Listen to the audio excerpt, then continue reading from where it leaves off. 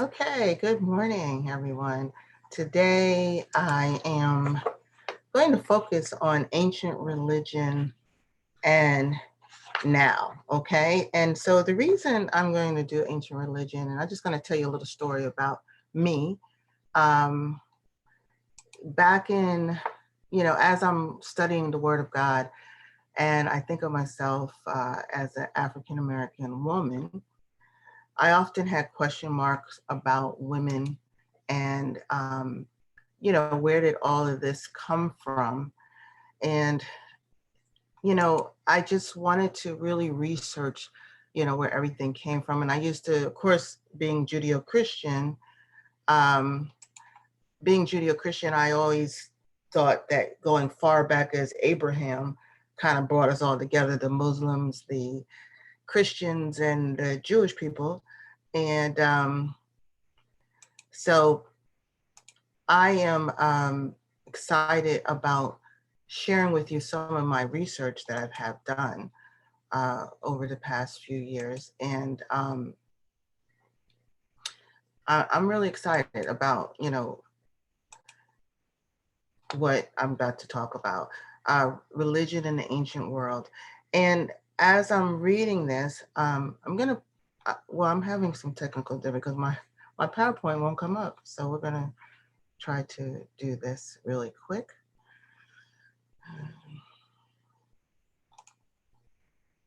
All right. I think if I focus, it'll work. Okay.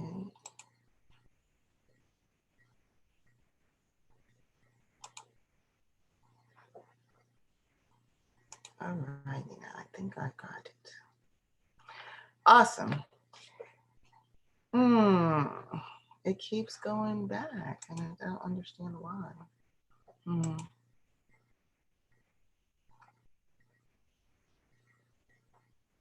That's the one thing about doing things live, that you don't know what's going to happen.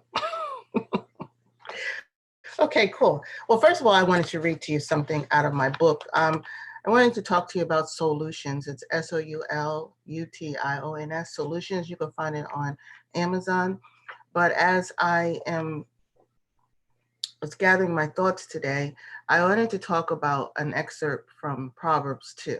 And it's the book of wisdom. And I'm going to read it out of the Message Bible only because I feel like it's very appropriate for today's lesson. Make insight your priority. Good friend, take to heart what I'm telling you. Collect my counsels and guard them with your life. Tune your ears to the world of wisdom. Set your ear on a life of understanding that's right. If you make insight your priority and won't take no for an answer, searching for it like a prospector panning for gold, like an adventure on a treasure hunt, believe me, before you know it, you'll have come upon the knowledge of God. And here's why. God gives out wisdom for free, is plain spoken in knowledge and understanding. He's a rich mind of common sense for those who live well, a personal bodyguard to the candid and sincere. He keeps his eye on all who live honestly and pays special attention to his loyally committed ones. So join the company of good men and women. Keep your feet on the tried and true path. It's the men who walk straight who will settle this land, the women with integrity who will last here. The corrupt will lose their lives, and the dishonest will be gone for good. All right, so I just wanted to share that. That is from Proverbs chapter 2 in the Message Bible, making insight your priority. And also, when I was first became a minister, they said, study to show yourself approved. And as I study, I looked at religion, from the biblical perspective, and I studied the Bible. I studied the Quran. I studied the Old Testament, the New Testament, the Torah. I even studied the Catholic Bible, which is a little different from the regular Bible that most Protestants use. And then I said, but there has to be something beyond that. And so where did all this come from? And that's when I started looking at into history and ancient truths. Now, first of all, I'm gonna give you a definition of religion. And religion is an organized system of beliefs and practices revolving around or leading to a transcendent spiritual experience. There is no culture recorded in human history which has not practiced some form of religion.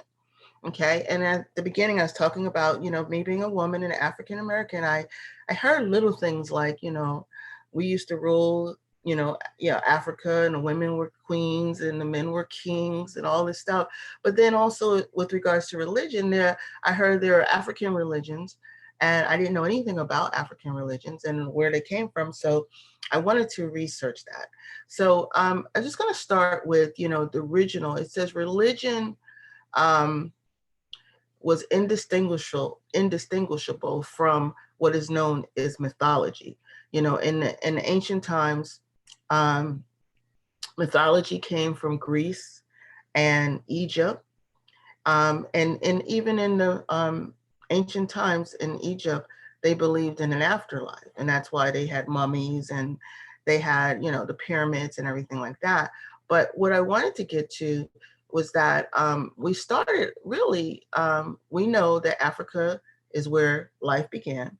We know that's where the oldest findings of human bodies were in Africa. And so we know that religion must have started there. And so, but in the ancient world, there was a goddess called Isis and a god called Amun of Egypt. And they're the best examples of a deity from one among many to the supreme creator and the sustainer of the universe. So in other words, they looked at, being that there was one God and that, there were other gods that existed as well. In Mesopotamian religion inspired that of the Egyptians has gone on for over a century now and is no closer to being resolved than when it began. It is most probable that every culture developed its own belief in supernatural entities to explain natural phenomena, day and night, the seasons, or to help make sense of their lives in an uncertain state humans find themselves in daily. So we've always been curious. We always want to know what can make our life better. What season are we in? What's the difference between day and night? We always have a question mark. And I believe God created us that way because he gave us our own will and he gave us a brain so we could study and we can understand the things of God. So our whole life is about self-discovery, about discovering things about God, about discovering things about life. That's what our life is all about. It's a constant learning process. It's a constant sense of discovery. Okay. And so we'll say in Mesopotamian, then a lot of other religions came from there. And we know that Mesopotamia was the cradle of civilization. Okay. And they started religious practice like 3,500 years before Christ. And that's when they talked about, in the beginning of time, order was created out of chaos by the gods. And one of the most popular myths illustrating this principle told of the great god Marduk, who defeated Tiamat and the forces of chaos to create the world. So that's their take on it, Mesopotamian. And then we go on to Egypt. And as we talk about then we go to the Persian religion, okay?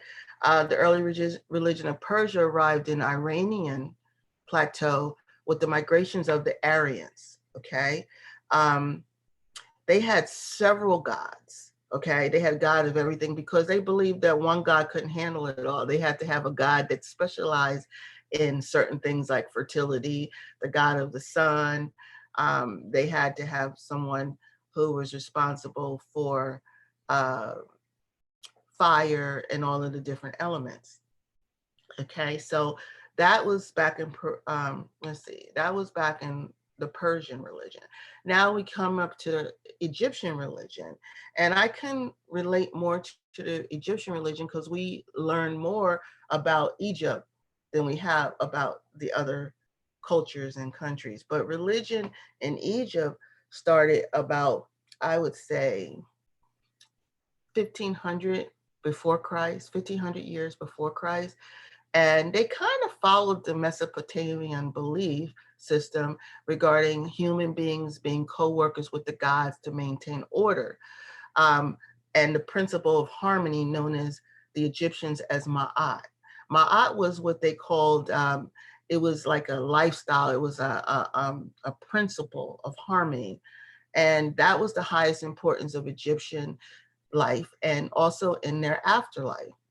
Um, but their religion was fully integrated into every aspect of existence. Egyptian religion was a combination of mythology, magic, science, medicine, psychiatry, spiritualism, herbology, as well as modern understanding of religion as belief in a higher power and a life after death. Okay, so when I look at the Egyptian religion, I relate to it because what I'm studying and what I'm doing my doctorate on is all of these things coming together to create a lifestyle. And when I say all of these things, I'm talking about science and medicine and spirituality and psychiatry and herbology. You know, they studied this thousands and thousands of years ago and they understood it. And then we're trying to get back to understanding how all of this can work in concert. It's not separate. These are not separate things. It's not separate. Spiritualism is not separate from science and psychiatry and herbology. All of this is what makes us human, makes us up as human beings. We are spirit, soul, and body. So we need to understand all those areas of life. And that's what the Egyptians set out to do. They did say the gods were friends of human beings and saw only the best for them. Now here they are, they said the gods, okay? And so, and the old religion was restored by King Tut, okay? And he reopened temples and revived the ancient rituals and customs. And so a lot of us heard of King Tut. And also, but the first written records of Egyptian religious practice came from around 3400 BC, before Christ, 3400. And that was the pre-dynastic period in Egypt. Deities such as Isis and Osiris, Ptah, Hathor, and all these Horus, all of those deities were established as forces to be reckoned with. The Egyptian creation myth is similar to the beginning of the Mesopotamian story, in that it was originally chaotic, but this ocean was without bounds, depthless and silent upon its surface. There rose a hill of earth. So this is what makes it different from the Mesopotamians, is that they had a hill that was brought out of the waters.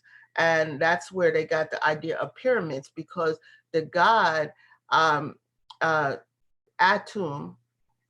and Benben, you know, Benben was the actual earth, what we call the mountain.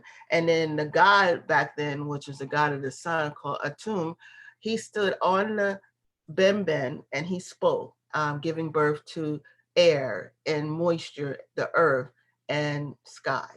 But they called those goddesses. You know, we call it air, moisture, earth, and sky, but they called it the god Shu, the god Tefnut of moisture, and the god Jeb of earth, and the goddess Nut of sky. What's interesting about that is that they had male and female gods. So in other words, they were equal. In other words, so goddess Shu was the god of air, goddess Tefnut, she's the god of moisture, the god Jeb of earth, and the goddess Nut of sky.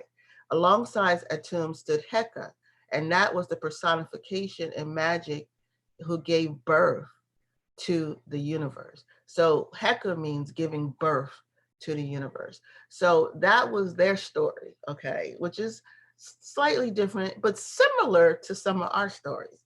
Atum had intended Nut as his bride, but she fell in love with Jeb, okay? So they started off with this angriness between lovers, and then they also had the same, you know, things that, you know, we heard of in our Bible about, you know, brothers and sisters and two brothers, one killing the other brother to gain the throne, all those kind of things. So, you know, they're talking about the similar everyday lifestyle things that we have to contend with. And they did that 3,500 years before Christ. Now, Also, I wanted to talk about, you know, religions in China and India, Hinduism and Brahma and Hindu, Krishna. All of these religions have survived because people today are still, um, you know, are either Hindu and or either they're studying Brahma or, you know, or they are believe in karma and Buddha and Buddhism. All that's still alive and well today. But these were developed as early as 4,500 before Christ, 4,500 years before Christ. But some of these things have stood a long test of time. And even in the Egyptian culture, they still are studying and practicing these religions that were founded 3,500, 4,500 years ago. And that to me is amazing. It is amazing. Now, Christianity was just founded 2,000 years ago. So that means if you add 4,500 and 2,000, that's 6,500 years that they have been in existence. And Christianity's been in existence probably close to 2,000 years. So we can learn from that. We can learn from these older religions because we can look at the similarities. We can look at the thread that runs through all of them. And we can look at what, you know, Christ came to talk to us about. And it's very similar to some of the things that the people in those days wanted to understand and gain wisdom about.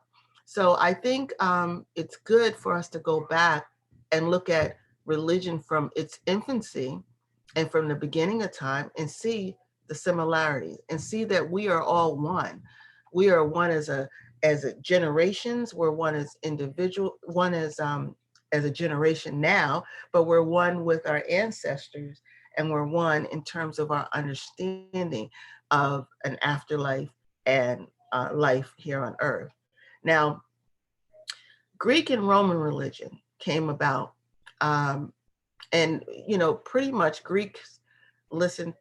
They have mythology, and they also have philosophy, and so they kind of put the two together, you know, to come up with.